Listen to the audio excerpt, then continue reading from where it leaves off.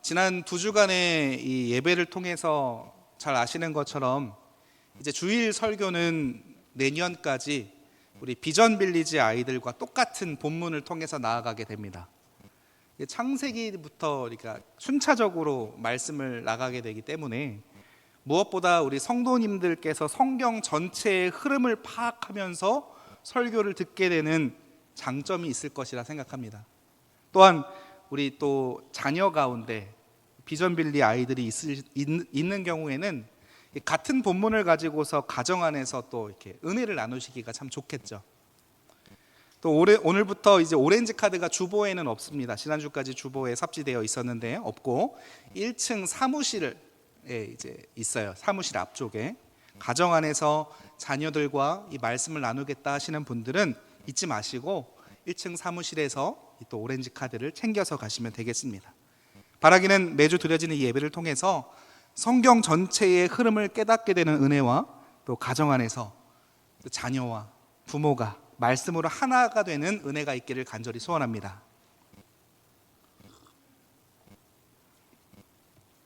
여러분, 철학이 오래전부터 다루어온 논의 가운데 인성론이라고 하는 게 있어요. 인성론. 이 인성론이란 인간이 태어날 때 어떤 성품으로 태어나는지 이거에 대한 논의를 하는 겁니다. 지금까지 논의되어 온 인성론은 크게 3가지로 볼 수 있습니다. 하나는 성선설입니다. 성선설. 인간은 본래 선하게 태어난다. 그런데 지금 이렇게 악하게 된 것은 살면서 환경의 영향을 받았기 때문이다. 이런 주장이에요. 이 성선설을 주장했던 대표적인 사람으로는 동양의 맹자가 있었고 서양에는 루소라는 사람이 있었습니다. 그리고 이 인성론에 관한 또 다른 하나의 주장이 있어요. 성악설입니다. 인간은 본래 악하게 태어난다. 그래서 교육과 훈련으로 악을 제어하고 선을 배양해야만 한다. 이런 주장이죠. 이 성악설을 주장했던 대표적인 사람으로는 동양에는 순자가 있었고요. 서양에는 홉스나 쇼펜하우어 같은 사람들이 있었습니다. 근데요, 이 성선설과 성악설 말고도 또 다른 하나의 주장이 있어요. 그건 바로 성무선악설입니다. 성무선악설. 성선설, 성악설 이건 많이 들어보셨을 텐데 성무선악설? 이것도 처음 듣는 분들도 계실 거라고 생각이 듭니다. 이는 뭐냐면 인간은 본래 선하지도 악하지도 않게 태어난다. 인간은 그 후에 교육과 수양에 따라 선해지거나 악하게 되는 것이다. 이렇게 주장하는 거예요. 그러니까 인간이 마치 새하얀 백지처럼 태어난 뒤에 주어진 환경에 따라 선하게 바뀌거나 악하게도 바뀐다는 거죠. 이를 주장했던 대표적인 사람으로 동양에는 고자라는 사람이 있었고 서양에는 로크나 듀이와 같은 사람들이 있었어요. 여러분, 우리가 이런 3가지 주장에서 좀 생각을 해볼 게 있습니다. 우리 기독교가 이 인성론 가운데 따르고 있는 주장이 있습니까? 사실 교회를 다니시는 대부분의 사람들은 뭘 말하죠? 성악설을 말합니다. 성악설. 로마서 말씀 보면 모든 사람이 죄를 범하여서 하나님의 영광에 이르지 못한다 이렇게 기록하고 있습니다. 여기서 모든 사람, 그러니까 이제 막 태어난 아기들도 다 포함하는 거잖아요. 이 세상의 모든 사람은 다 죄 가운데서 태어난다는 거예요. 성악설. 결과적으로 보면 이렇게 보이는 측면이 없지 않습니다. 근데 엄밀히 하나님의 말씀 살펴보면요, 우리 기독교의 주장은 이 성악설과 달라요. 성경에서 하나님께서 우리를 본래 어떻게 창조하셨다라고 합니까? 선하게 창조하셨는데 인간이 타락함으로 말미암아 악하게 되었다 이렇게 말하잖아요. 달라요. 그래서 굳이 우리가 이 인성론으로 기독교를 설명하려고 하면 또 다른 주장이 나오는 거죠. 타락설. 우리는 성선설, 성악설, 성무선악설이 아니라 타락설이다 이렇게 말해야 올바르다는 거예요. 이처럼 성경에 기록된 인간에 대한 말씀 중에 결코 빼놓을 수 없는 사실이 타락에 관한 겁니다. 본래 하나님께서 창조하실 때는 그렇지 않았는데 인간이 타락을 해가지고 오늘날 이 모습이 됐다는 거예요. 기독교 신앙에서 이 타락이 너무나 중요한 이유는 이 타락을 알아야지 오늘날 우리가 왜 이렇게 힘든 삶을 살아가고 있는지 이해할 수 있기 때문입니다. 그리고 무엇보다 성자 하나님 되신 예수님께서 왜 이 땅에 육신을 입고 오셔야만 했는지, 그리고 왜 우리가 예수님을 믿어야 하는지 이것을 이해할 수가 있는 거예요. 자, 그렇다면 성도 여러분, 타락이라는 거 구체적으로 무엇을 말할까요? 타락이라는 말을 한자로 찾아봤어요. 한자로 보니까 떨어질 타, 떨어질 락 이렇게 쓰여 있어요. 그러니까 타락은 본래의 자리에서 떨어진 상태를 말한다는 겁니다. 그리고 이를 사전에서는 이렇게 풀이를 합니다. 올바른 길에서 벗어나서 나쁜 길로 빠지는 일. 그러니까 원래 가야 할 길에서 벗어나서 가지 말아야 할 길로 가게 된 상태, 그것을 타락이라 이렇게 얘기한다는 거죠. 근데 여러분, 세상에서 어떻습니까? 일반적으로 타락이라는 말을 언제 사용해요? 도덕적이고 윤리적인 정도에서 벗어난 상태를 말할 때 타락했다 이런 뜻으로 사용되기도 하죠. 예를 들어 보자면 성적인 타락이 있을 수 있어요. 요즘은 자꾸 시대가 이상해져서 이 기준이 막 흔들리고 있는데, 일반적으로 성적 타락이란 음란, 불륜, 동성애, 그러니까 인간이 쾌락을 위해서 저지르고 있는, 하지 말아야 할 비정상적인 성적인 행동들을 말합니다. 그리고 또 도덕적인 타락을 들 수가 있죠. 이는 폐륜이나 도덕질, 또 살인과 같은 이 결코 사람이 해서는 안 될 짓을 저지른 것을 말하는 겁니다. 아, 사람이 어떻게 저럴 수가 있지? 탄식을 자아내게 만드는 거죠. 자, 그렇다면 성경에서 말하고 있는 타락은 뭡니까, 여러분? 여러분, 성경이 말하는 타락은 이런 일반적인 세상에서 말하는 타락과는 차이가 있어요. 성경에서 타락하다, 원어로 보면 파라핍토 이렇게 쓰여 있습니다. 여기서 파라라는 말은 옆으로라는 뜻이고요. 핍토라는 말은 떨어지다 이 말입니다. 떨어지다. 그러니까 성경 원어로 타락을 그냥 직역하면 옆으로 떨어지다 이 말이에요. 우리나라 전통 놀이 가운데 줄타기 놀이가 있어요. 남사당패 놀이꾼이 줄 위에서 올라가지고 온갖 묘기를 막 부립니다. 이쪽 줄 끝에서 저쪽 줄 끝까지 오가면서 때로는 익살스럽게 막 묘기를 부려요. 제가 어릴 적 마을 축제에서 이 줄타기를 본 적이 있어요.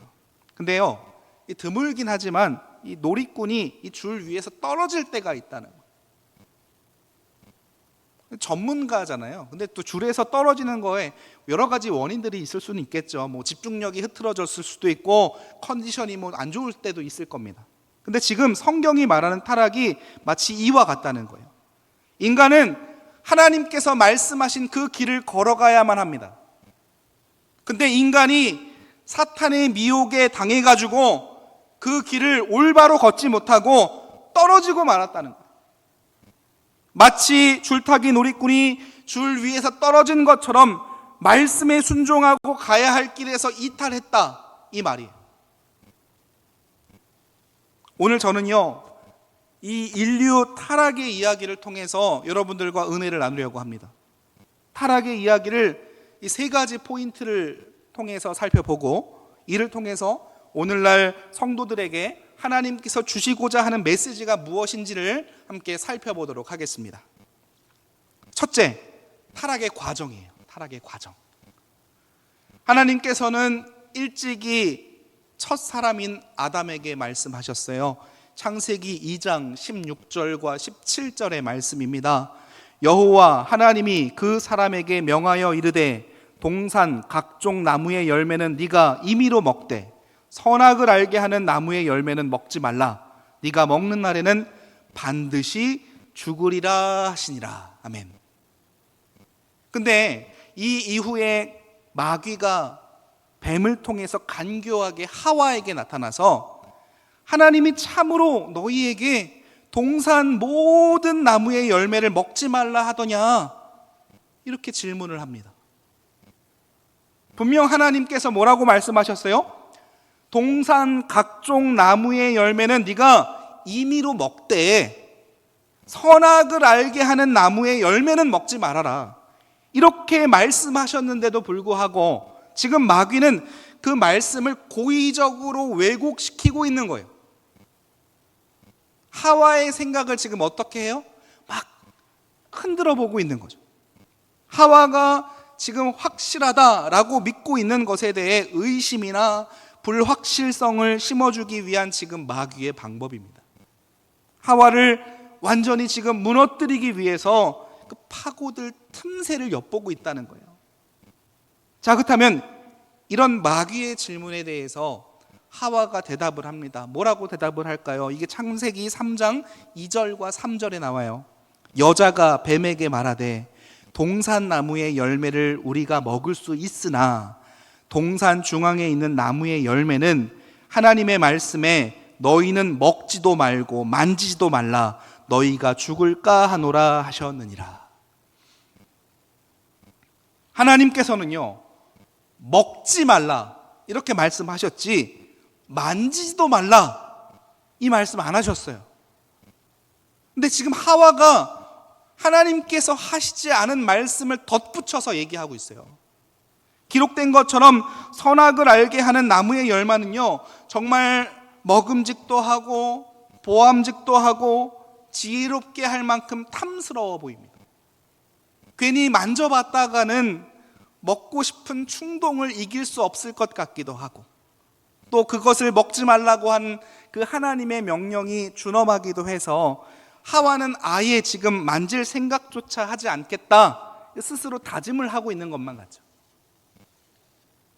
이때 마귀는요, 하나님의 말씀을 조금만 살짝만 왜곡시키는 것 가지고서는 하와를 무너뜨릴 수는 없겠다라고 판단을 했던 것인지, 다음으로는 하나님의 말씀을 아주 노골적으로 부정하는 이야기를 합니다. 이게 창세기 3장 4절과 5절이에요. 뱀이 여자에게 이르되 너희가 결코 죽지 아니하리라. 너희가 그것을 먹는 날에는 너희 눈이 밝아져 하나님과 같이 되어 선악을 알 줄 하나님이 아심이니라.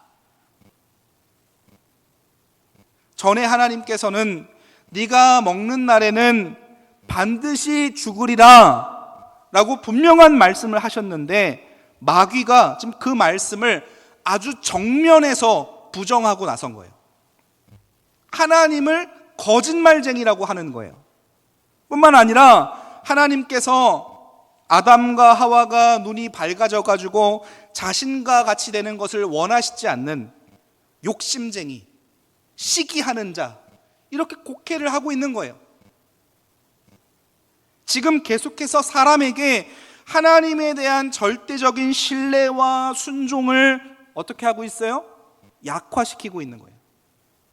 그리고 무엇보다 하나님과 같이 될 수 있다, 네가 이거 먹으면 하나님처럼 될 수 있다, 이런 말을 통해서 그렇게 되고 싶어 하는 허영심과 교만한 마음을 그 마음에 심고 있는 거예요.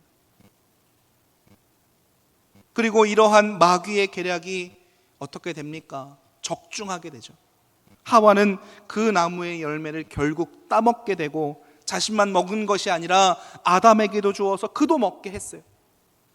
자, 이렇게 하니까 어떻게 됩니까?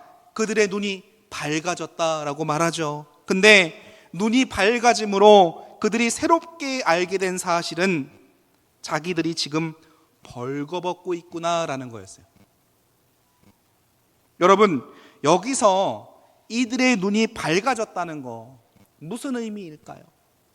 아담과 하와가 눈이 밝아졌어요. 무슨 의미입니까? 선악과를 따먹기 전에는 시력이 나빠가지고 자신들이 벌거벗고 있는 것을 보지 못하다가 이제 선악과를 먹고 나니까 갑자기 시력이 좋아져가지고 이제서야 자신들이 벌거벗고 있구나라는 것을 깨닫게 되었다라는 겁니까? 아니죠. 아닙니다. 이들이 지금 벌거벗었다라는 것을 알게 된 것은 이들의 지금 시력의 문제가 아니에요. 이는 부끄러움의 문제입니다. 하나님의 명령을 어기기 전에 그들은 부끄러움을 모르고 살았어요. 왜냐하면 부끄러운 존재가 아니었기 때문입니다. 하나님 앞에서 부끄러울 일이 전혀 없었던 거죠. 근데 하나님의 명령을 어기는 그 순간부터 이들은 어떤 존재가 된 겁니까? 부끄러운 존재가 됐다는 거예요. 자신들의 부끄러움을 깨닫게 된 거예요. 그리고 하나님이 두려워졌어요. 하나님이 이제 두려워진 거예요. 전에 이들에게는 하나님은 결코 두려운 존재가 아니었습니다. 하나님은 친밀하시고 무한히 선하시며 사랑이 정말 충만하신 분이셨는데 그의 명령을 어기는 그 순간부터 하나님께서 두려운 존재가 됐어요. 그래서 그들이 어떻게 해요? 무화과 나뭇잎을 엮어서 치마를 만들어가지고 걸쳤고 또 하나님의 낯을 피해가지고 동산나무 사이에 숨었다는 거죠. 생각해보면 마귀가 했던 말 가운데 너희가 그것을 먹는 날에는 너희 눈이 밝아져 하나님과 같이 되어 선악을 알 줄 하나님이 아심이라, 이 말이 부분적으로는 맞아요. 선악을 알게 하는 나무의 열매를 따먹었던 아담과 하와의 눈이 밝아졌잖아요.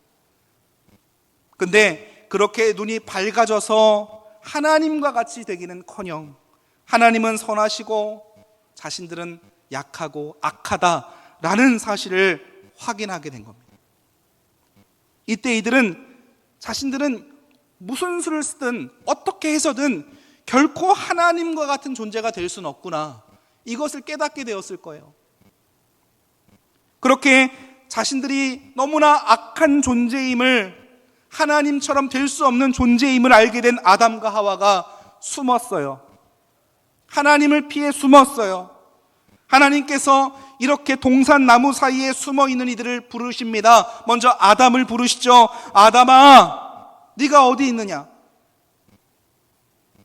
이렇게 하나님께서 부르시니까 아담이 뭐라고 대답합니까? 창세기 3장 10절에 이렇게 말하죠. 이르되 내가 동산에서 하나님의 소리를 듣고 내가 벗었으므로 두려워하여 숨었나이다. 눈이 밝아지자마자 하나님이 너무 두려워가지고 숨어 있습니다. 아담이 이렇게 대답하니까 하나님이 또 질문하세요. 11절입니다. 이르시되 누가 너의 벗었음을 내게 알렸느냐? 내가 내게 먹지 말라 명한 그 나무 열매를 네가 먹었느냐?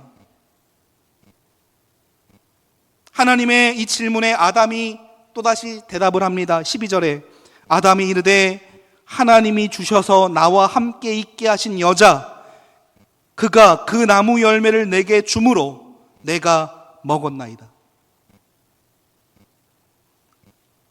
여러분, 아담은 자신이 선악과를 먹은 사실은 지금 인정하고 있지만 하나님께서 자신과 함께 있게 해준 그 여자가 줘서 먹었습니다, 변명하고 있어요. 죄를 지은 것은 자신의 잘못이 아니라 하와 때문이고 또 그 하와를 창조하신 하나님 때문입니다.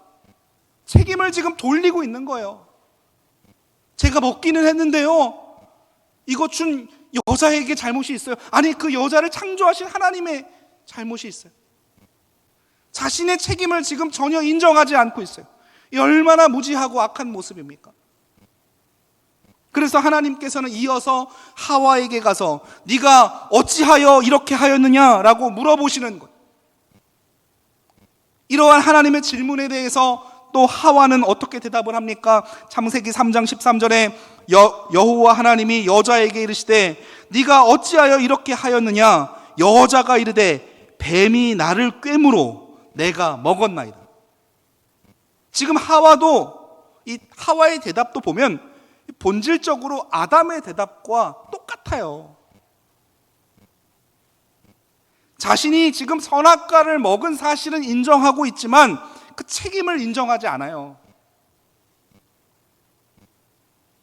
잘 생각해 보면 뱀이 하와를 유혹한 건 사실이지만 먹으라고 막 강요를 한 건 아니에요. 입을 벌리고 넣은 게 아니잖아요. 하나님께서 그 먹지 말라 그 맛인 나무 열매를 먹겠다 결정을 내린 건 그녀 스스로였던 거예요. 근데 지금 그럼에도 불구하고 그녀는 뱀과 그 뱀을 지으신 하나님께 모든 책임을 돌리고 있습니다. 제가 먹기는 했는데 사탄이 나쁜 거예요. 그 사탄을 지으신 하나님이 나쁜 거예요. 여러분, 인간들의 안타까움이 이러합니다. 우리는 우리의 잘못을 잘 인정하지 못할 때가 있어요. 자꾸 주변을 탓하는 거예요.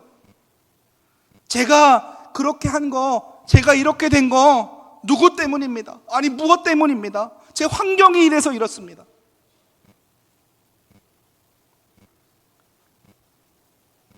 제가 취미 생활하는 것 가운데 영화 보는 게 있어요. 영화 보는 걸 참 좋아하는데, 좋아하는 영화 장르 가운데 좀 히어로들이 나오는 영화를 좋아합니다.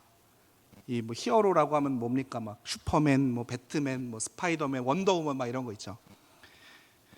이 히어로 영화를 좋아하는 이유는 권선징악이 있기 때문에 그래요. 당장은 힘이 들어도 결국에 그 악당은 심판을 받고 선한 사람은 막 승리를 하는 장면이 나오잖아요. 그 영화를 보면서 기분이 좋아져요. 근데 전과는 좀 다르게 요즘에 나오는 이 히어로 영화들의 특징이 있어요. 그건 바로 악당들의 비하인드 스토리가 사람들의 공감을 불러일으킨다는 겁니다. 그게 뭐냐면, 예를 들어서 배트맨 영화를 보면은 조커라고 하는 아주 나쁜 악당이 있어요. 과거 배트맨 영화는 조커는 그냥 나쁜 사람입니다. 그 사람이 나쁜 것에는 별다른 이유가 없어요. 그냥 그 사람이 나쁜 거예요. 근데 요즘 영화는 어떤지 아십니까? 조커가 왜 그렇게 나쁜 사람이 될 수밖에 없었는지에 대해서 설명을 한다는 거예요. 이게 요즘 영화의 차이예요. 그러면서 그 사람의 가정 환경이 문제였다. 사회가 문제였다.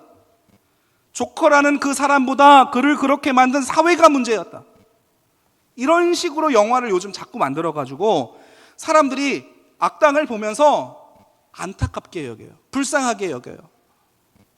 아, 쟤도 그냥 피해자나 다름없었어. 쟤도 불쌍한 사람이야. 자꾸 이런 생각을 하게 만든다는 거예요. 이게 요즘 시대적인 특징 가운데 하나인 건지 우리가 살아가는 세상도 마찬가지 아닙니까? 나라 안에서 죄를 지은 악인들은 이전과 달리 그 사람들이 그 가정 환경이나 어쩔 수 없었던 그 이유들에서 자꾸만 부각시키는 경우들이 있다는 거예요. 그러면서 죄를 지은 그 사람에게 인간적인 안타까움을 갖고 불쌍히 여기는 사람들도 있어요. 여러분, 우리가 이렇게 생각하는 게 맞습니까? 불쌍한 거예요? 아담이 죄를 지은 것은 아담의 잘못만이 아니라 하와라는 존재 때문인 거고, 또 그 이전에 아담을, 하와를 창조하신 하나님 때문입니까? 하와가 죄를 지은 것은 하와의 잘못 때문이 아니라 유혹을 한 마귀 때문인 거고, 그 근본적인 이유는 또 하나님께 있는 겁니까? 여러분, 우리가 이런 원리로다가 다 생각을 해보면 세상 모든 문제의 원인은 다 하나님이에요. 하나님만 탓하면 되는 거예요. 여러분, 정말 이 말도 안 되는 얘기인 겁니다. 악은 악인 거예요. 그리고 분명하게 말씀드릴 수 있는 것은, 정말 하나님의 말씀으로 올바르게 깨어있는 사람, 믿음이 있는 사람은요, 어떤 환경이 그 사람을 힘들게 할지라도, 어떤 유혹이 그 삶에 있다 할지라도 하나님의 자녀로서 굽히지 않고 살아간다는 겁니다. 이게 진리예요. 우리는 이 아담과 하와의 모습을 통해서 우리의 환경이 중요한 것이 아니라 우리 안에 있는 믿음이 중요하구나, 우리가 이걸 깨달아야 하는 겁니다. 이 시간 바라기는 삶의 여러분들의 환경 가운데 어떠한 어려움이 있을지라도 하나님의 자녀로서 올바른 삶을 살아가기 위해 애쓰고 애쓰는 여러분들과 제가 되기를 간절히 축원합니다. 그리고 이 인류 최초의 타락 이야기에서 우리가 주목해야 할 두 번째는 이 선악과를 이렇게 먹음으로 인한 결과입니다. 타락의 결과이죠. 아담과 하와는 이렇게 하나님 앞에서 부끄러운 존재가 되었고 그들에게는 두려움이라는 것이 생겼어요. 하나님을 두려워서 숨어야만 하는 존재가 된 겁니다. 하나님께서는요, 본래 인간이 하나님과의 교제 속에서 살도록 창조하셨어요, 사람을. 근데 하나님을 지금 피해서 숨었다? 이건요, 하나님과 이 사람과의 관계가 비정상이 되었다는 겁니다. 비정상이. 하나님은요, 이전과 동일한 분이세요. 전혀 변함이 없으신데 사람이 변한 겁니다. 비인간화된 거죠. 사람의 비인간화, 그것이 죄의 결과입니다. 그리고 이렇게 사람의 비인간화로 인해서 하나님과의 교제만 비정상이 된 것이 아니었어요. 하나님과의 관계뿐만 아니라 사람과 사람 사이의 관계도 비정상이 됩니다. 죄를 짓고 눈이 밝아진 아담과 하와가 무화과 나뭇잎으로 치마를 만들어서 걸쳤어요, 여러분. 전에는요, 나뭇잎 한 장도 두 사람 사이에 있을 필요가 전혀 없었는데 이제 뭔가 지금 끼어든 거예요. 이는 아담과 하와가 선악과를 따먹은 행위가 하나님과의 관계를 깨뜨렸을 뿐만 아니라 사람과 사람과의 사이 그 관계까지도 비정상으로 만들게 되었다라는 것을 상징적으로 우리에게 보여주고 있는 겁니다. 이렇게 인간관계가 파괴된 것, 아담과 하와의 두 아들이었던 가인과 아벨 사이에 일어났던 살인사건을 통해서 가장 극적으로 드러나게 되죠. 그리고 이들이 선악과를 따먹음으로 인한 또 다른 결과는 어리석어졌다는 겁니다. 아담과 하와는 하나님을 피할 수 없음에도 불구하고 피할 수 있다라는 어리석은 행동을 했어요. 참 바보 같은 일 아닙니까? 어떻게 하나님을 피해서 숨을 수가 있어요? 이처럼 죄라는 것은 결코 사람의 눈을 피해서 어떻게 지혜롭게 할 수가 없어요. 오히려 점점 더 어리석게 만든다는 거예요. 그리고 아담과 하와의 범죄가 여러 가지 형벌들을 계속 초래합니다. 먼저는 큰 원수가 생겼어요. 사람이 한 번 마귀의 유혹에 넘어가니까 사단의 계속적이고 끈질긴 공격의 대상이 됐다라는 거죠. 창세기 3장 15절의 말씀입니다. 내가 너로 여자와 원수가 되게 하고 내 후손도 여자의 후손과 원수가 되게 하리니 여자의 후손은 내 머리를 상하게 할 것이요 너는 그의 발꿈치를 상하게 할 것이니라 하시고, 성경은 인류가 지속되는 한 계속될 수밖에 없는 사단의 공격에 대해서 말합니다. 그리고 또 이 아담과 하와의 범죄는요, 사람들에게 직접적인 고통을 불러일으켰어요. 여자에게는 임신과 출산이라는 고통이 주어졌고 남자에게는 노동을 해야 하며 땅과 대립해야 하는 고통이 주어집니다. 그리고 무엇보다 아담과 하와는 이 범죄를 통해서 사람이 하나님의 나라라고 하는 그 삶에서 추방되어 결국은 죽게 되는 결과를 일으켰어요. 여러분, 죄의 결과가 이렇게 무서운 거예요. 저는 여기서 또 한 가지 우리가 생각해야 할 부분이 있다고 생각해요. 그건 우리 성도의 삶에 있어서 작은 죄는 없다는 거예요. 작은 죄는 없다. 물론 인류를 타락시켰던 이 원죄와 비교할 것은 아니지만 죄는 죄입니다.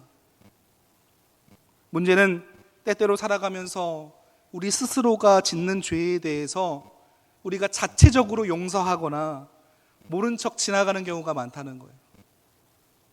거짓말이라든지 시기와 질투와 불순종과 같은 죄들을 아무렇지도 않게 막 넘어갈 때가 너무나 많죠.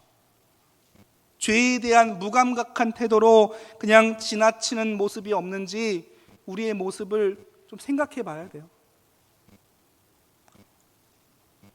아담과 하와의 후손으로 우리는 죄 앞에서 자꾸만 피하려고 하고 인정하려 하지 않는 모습이 있지만 여러분, 다 부질없습니다.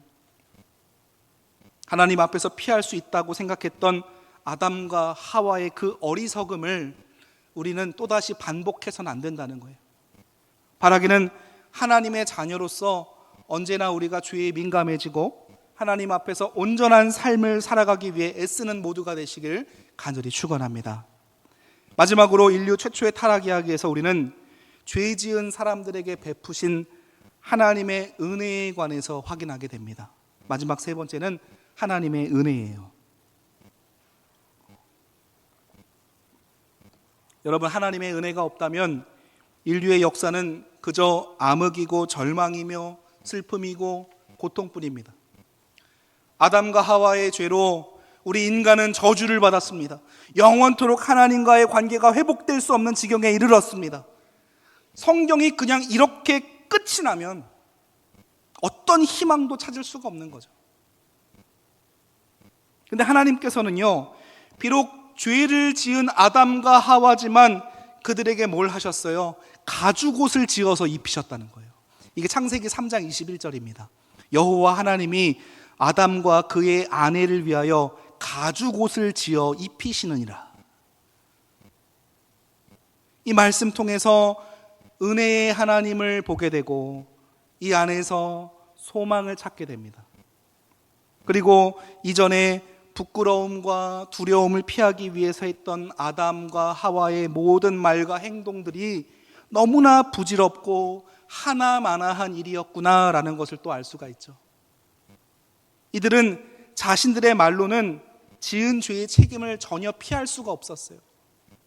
나뭇잎은 그들의 부끄러움을 조금도 가려줄 수가 없었고 하나님을 피해서 그들이 숨을 수도 없었습니다. 아담과 하와가 스스로 지어서 걸친 나뭇잎 그 치마가 하나님께서 직접 입히신 가죽옷에 비해서 얼마나 허술한 옷입니까? 이는 우리 인간의 힘으로는 자기 스스로의 부끄러움을 해결할 수 없다라는 것을 알려주는 거예요. 오직 하나님의 은혜만이 우리 인간을 부끄러움으로부터 확실히 벗어나게 해줄 수 있다라는 거죠. 하나님은요, 가죽을 통해서 아담과 하와에게 옷을 만들어 주셨어요. 여러분, 이 옷이 누구를 위한 옷입니까? 이 옷은 하나님께 필요한 옷이 아니라 아담과 하와에게 필요한 옷이에요. 아담과 하와에게 옷을 입혀주려고 하나님이 직접 만드신 거예요. 기독교 은혜교리의 핵심입니다, 여러분. 하나님 스스로 인간을 위해 옷을 만드시고 그 옷을 선악나무를 먹은 아담과 하와에게 입혀주셨대요. 또한 하나님은 아담과 하와에게 이 가죽옷을 입히시기 위해서 분명 짐승을 희생시키셨을 겁니다. 성경 구속사에서요, 아담과 하와를 위해서 희생된 이 짐승이 참 중요해요. 여러분, 이 한 마리의 희생된 짐승은요, 훗날 인간의 죄를 대속하시고 십자가에 달리신 예수님의 모습을 보여주는 거예요. 하나님께서는 죄로 인한 우리의 두려움을 가려주시기 위해 예수 그리스도를 속죄 양으로 삼으셨습니다. 하나님과의 그 비정상이 되어버린 우리의 관계를 다시 회복시키기 위해 예수님께서 십자가에 달리셨어요. 당대의 십자가형에 처해진 죄수들은요, 완전히 발가벗겨진 채 십자가에 달려서 지나가는 사람들의 구경거리가 됩니다. 십자가형이라는 것은 그 십자가에서의 육체적 고통만큼이나 수치로서 당하는 정신적인 고통도 큰 거예요. 근데 우리를 지으신 창조주 되시는 예수님께서 직접 십자가에 달리사 죽기보다 더 끔찍한 그 수치와 치욕을 다 당하셨다는 거예요.